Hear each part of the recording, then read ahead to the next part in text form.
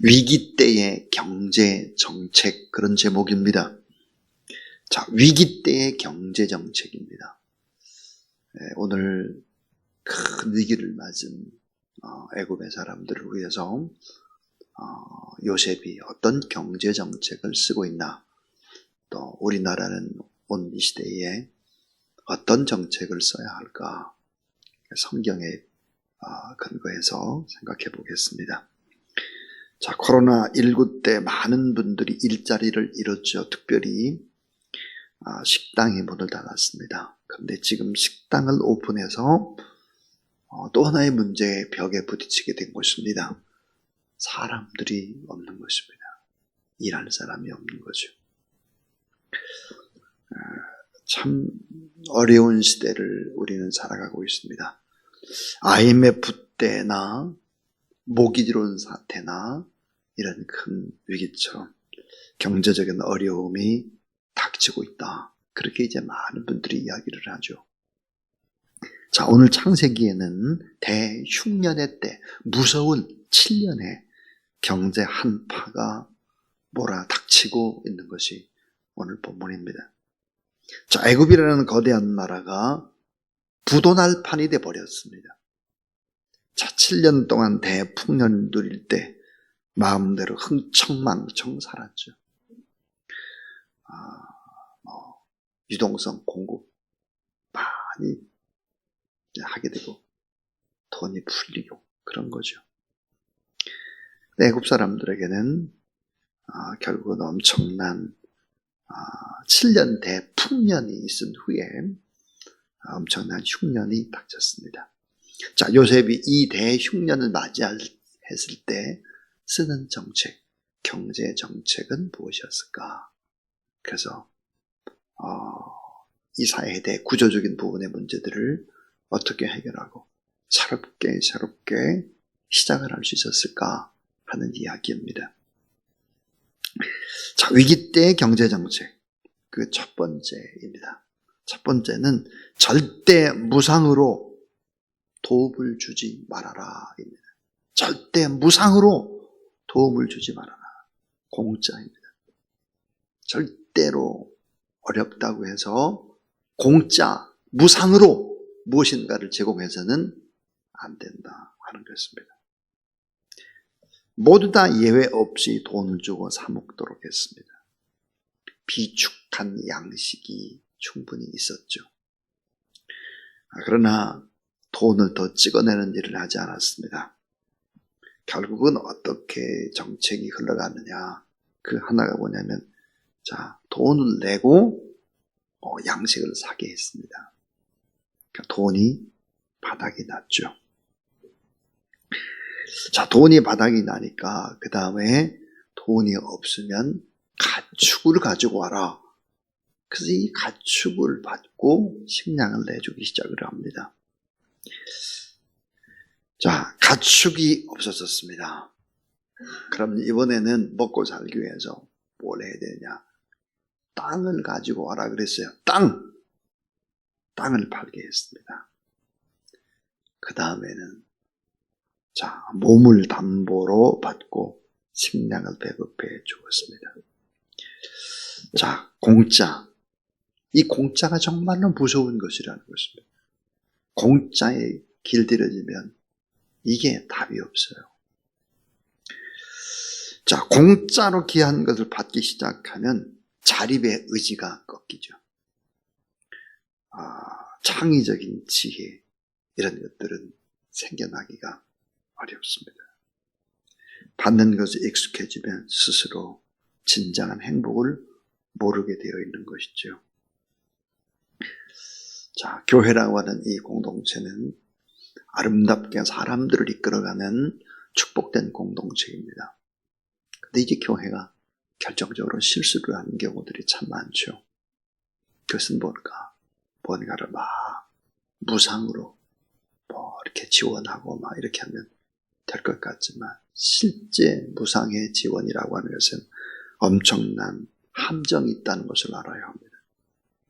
자, 지역 주민을 돕기 위해서 요즘 도림교회라고 하는 교회가 쓰는 정책들을 보면 역시 사회복지라든지 모든 부분들을 잘 이제 아는 분들이기 때문에 그런 정책을 쓰는 것 같아요.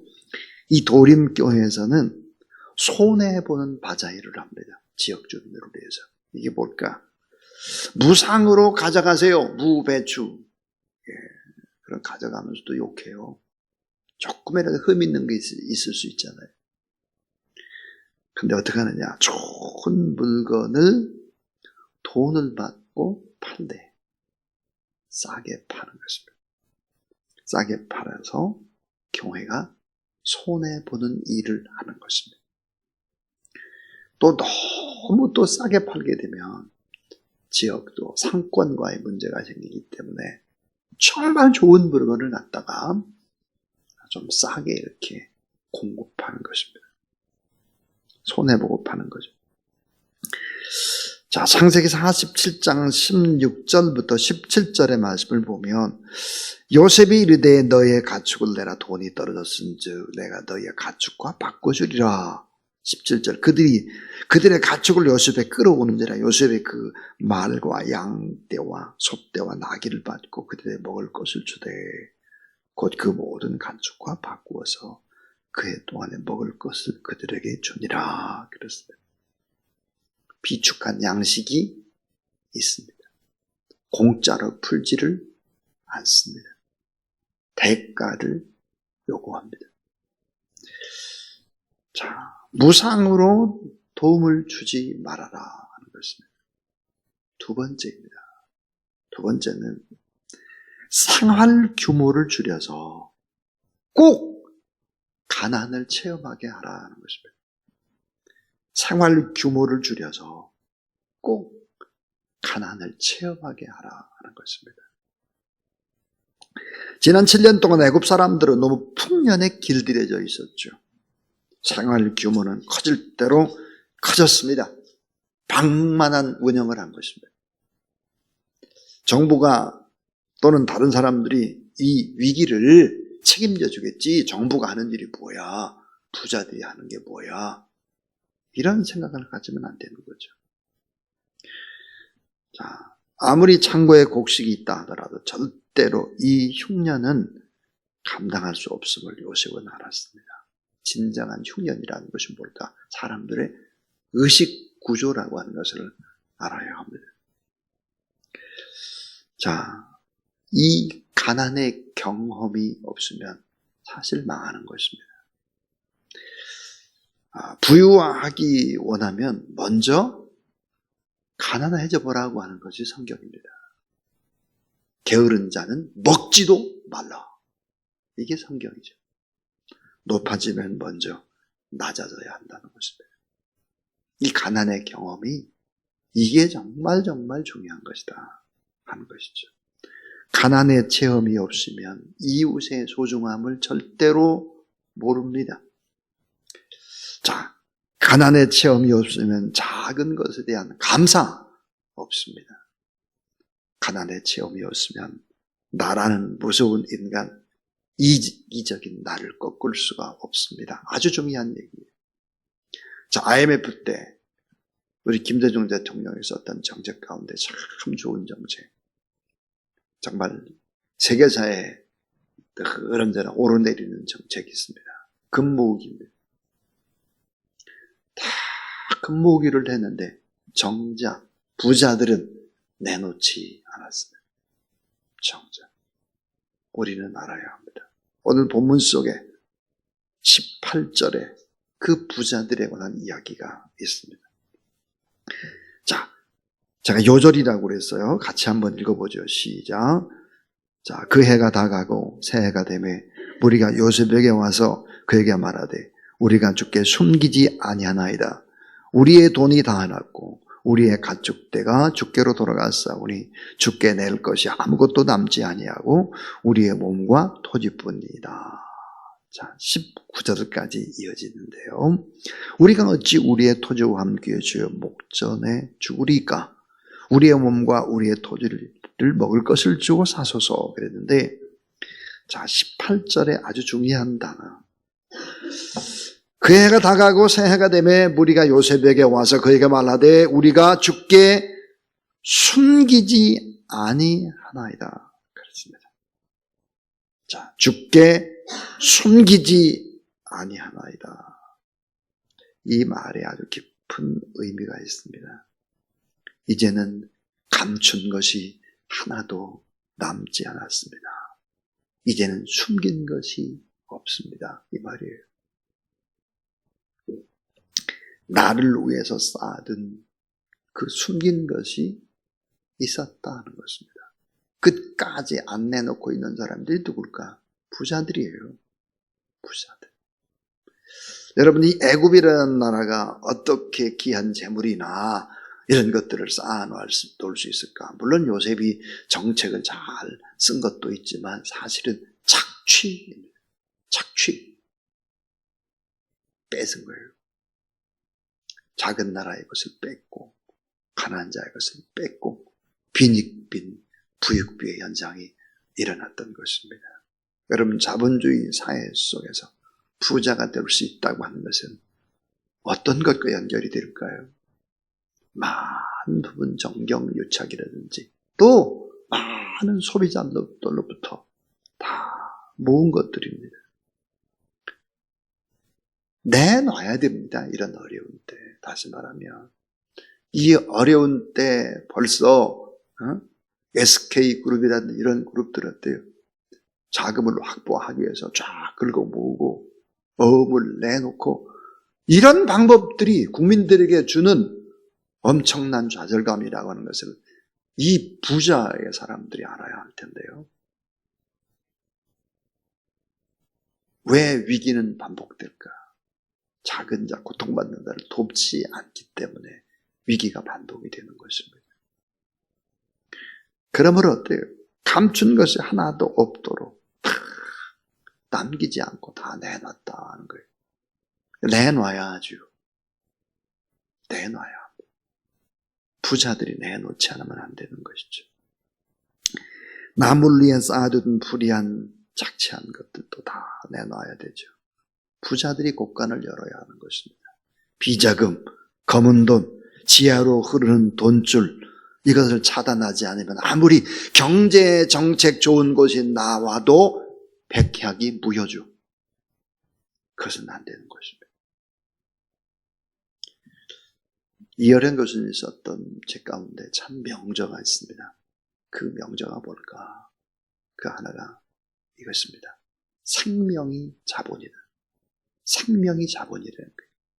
귀한 사람이 자본이라는 거예요. 자, 국민들의 민도가 높은 사람들, 영적으로 잘 무장된 백성들, 이런 사람들이 진정한 자본이라는 거예요. 자본. 자본은 생명이 있다는 거예요. 이 가난의 경험이라든지 이런 경험들을 통해서 서로 나누고 있는 사람들 내놓고 이렇게 하면서 이 파도를 잘 넘어가면 민도가 높아지는 거예요. 이 민도 자체가 자본이라는 것을 우리는 늘 알아야 하고, 또 정치, 경제, 문화, 사회 부분의 지도자들이 이 부분들을 간과해서는 안 된다 하는 것입니다. 그 다음에 쓴 정책, 이 세 번째 정책은 이것입니다. 새롭게 시작한 것입니다. 새롭게 시작해서 어떻게 하느냐? 기회균등과 공평의 정책을 씁니다. 자, 새롭게 시작하는 거예요. 새롭게. 이 정책이 이제 통하도록 만드는 거죠. 구조 자체를. 그리고 기회균등과 공평의 정책을 쓰고 있습니다. 어떻게 하나? 모든 백성에게 땅을 줍니다. 땅. 그리고 모든 백성들의 빚 문제를 청산하고 그 다음에 종자를 주죠. 종자. 땅에 씨를 뿌리고 그리고 근면 성실하도록. 근면 성실하도록. 그렇게 하고 난 다음에 어떻게 할까? 내일 이제 본문에 보면은 23절, 24절에 보면은 어떻게 되느냐? 자, 씨를 주고는 땅도 주고는 열심히 일을 했습니다. 성실하고 근면한 것. 놀고 먹고 이런 것이 아니라 성실 근면하고 추수를 하면 5분의 1을 바로에게 상납하라. 5분의 1을. 그럼 5분의 4는 어떻게 합니까? 5분의 4는 또 그 다음에 종자로 삼고 자 양식으로 삼아서 집안 사람들이 함께 먹고 이웃과 더불어 나누고 이런 게 5분의 4 그런 정책을 쓴 것입니다. 자, 사랑하는 여러분, 하나님은 어떤 분일까? 하나님은 공평의 하나님이시죠. 공평. 그 하나님은 어떤 분일까? 성경에 보니까 균등케 하신다 그랬어요. 균등하게 만드세요. 균등케. 참 성경에 보니까요. 평등이라는 말을 잘 쓰지 않아요. 그보다 공평입니다. 공평. 자롭게 시작을 하되 기회 균등. 그 다음에 공평의 정책을 쓰고 있습니다. 자, 이제 결론은 이것입니다. 국가라는 존재는 큰 보험과 같은 것입니다. 이 국가가 힘이 있고 국가가 능력이 있을 때 그 국가의 우산에 우리들이 큰 보험처럼 혜택을 받게 되어 있죠. 국가가 힘이 없으면 여러분 어떻게 복지, 사각지대에 있는 사람들, 어려운 이런 사람들을 도울 수 있겠습니까? 국가는 바로 이제 보험과 같은 힘이다 그랬습니다. 그러니까 무정부 상태는 사실은 독재보다 훨씬 더 못한 것입니다. 무정부 상태는 독재보다 더 못해요. 그래서 결국은 하나님께서 악한 통치자도 때로는 사용을 하신다 하는 것입니다. 무정부 상태보다는 나으니까요. 여러분 국가라는 존재 큰 보험과 같기 때문에 우리는 나라와 민족을 위해서 늘 언제나 기도하고 교회는 나라와 민족을 위해서 큰 역할들을 감당해야 하는 것이죠. 어떤 역할을 감당해야 되나? 영적이고 또 정신적이고 가치, 이 가치관 어떤 것이 바른 것이다. 이런 것들을 교회가 가르치고 우리의 성도들이 축복의 통로가 되도록 하는 것입니다. 오늘 저는 위기 때의 경제정책 그런 제목으로 하나님의 말씀을 나눴습니다. 여러분 이 창세기에 나와 있는 이 말씀이 수천 년 전의 얘기지만 이 이야기가 오늘날과 그렇게 동떨어지지 않는다라고 하는 것입니다. 이런 원리들은 지켜지지 않으면 안 되는 것이다 하는 거죠. 자, 위기 때의 경제정책 절대 무상으로 도움을 주지 말아라. 생활 규모를 줄여서 가난을 꼭 경험해 보도록 하라. 가난의 체험은 진정한 축복의 기회다 하는 것입니다. 또 새롭게 시작을 하되 기회 균등과 공평의 정책을 써라. 하나님은 어떤 분일까? 평균케 하시는 것입니다. 있는 자 너무 많이 가지고 또 없는 자 너무 없고 그런 것보다는 공평의 하나님이시죠. 저는 목회를 하면서 하나님이 어떤 분일까? 하나님은 정말 공평하시구나. 그 다음 균등케 하시는 분이구나. 이런 것들을 얼마나 느끼는지 모릅니다. 왜냐하면 어떤 특출한 한 사람이 없어요. 교회는. 다 그 특출한 한 사람을 보면 허당 같은 부분이 있습니다. 모자란 부분이 있어요. 영 시원찮은 사람이 있어요. 이렇게 보면. 근데 시원찮은 그분 속에 진주처럼 빛나는 아름다운 것들이 있습니다. 그래서 하나님은 어떤 분인가? 하나님은 참 평균케 하시는 분이시구나. 이런 것들을 정말 많이 느낍니다. 그래서 교회는 작은 자나 큰 자나 세상적으로 볼 때 그런 사람도 교회는 다 어때요? 균등해야 합니다. 다 서로 배우고 믿음 안에서 그렇게 살아가는 것이죠. 자, 위기를 기회로 만드는 사람이 반드시 있습니다. 그 위기 오히려 기회가 되죠. 나라와 민족을 새롭게 하는 기회, 여러분의 인생을 또 새롭게 하는 기회, 그런 기회가 될 수 있다.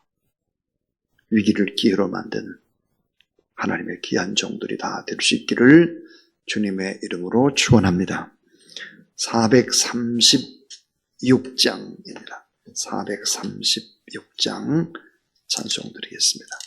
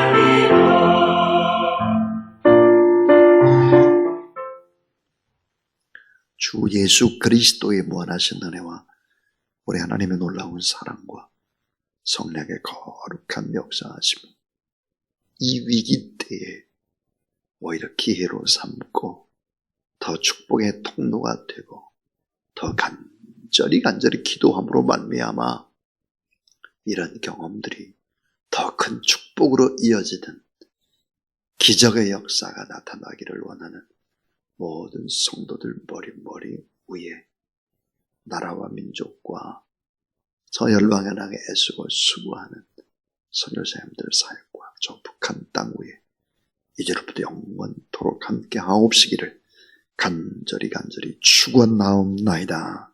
아멘.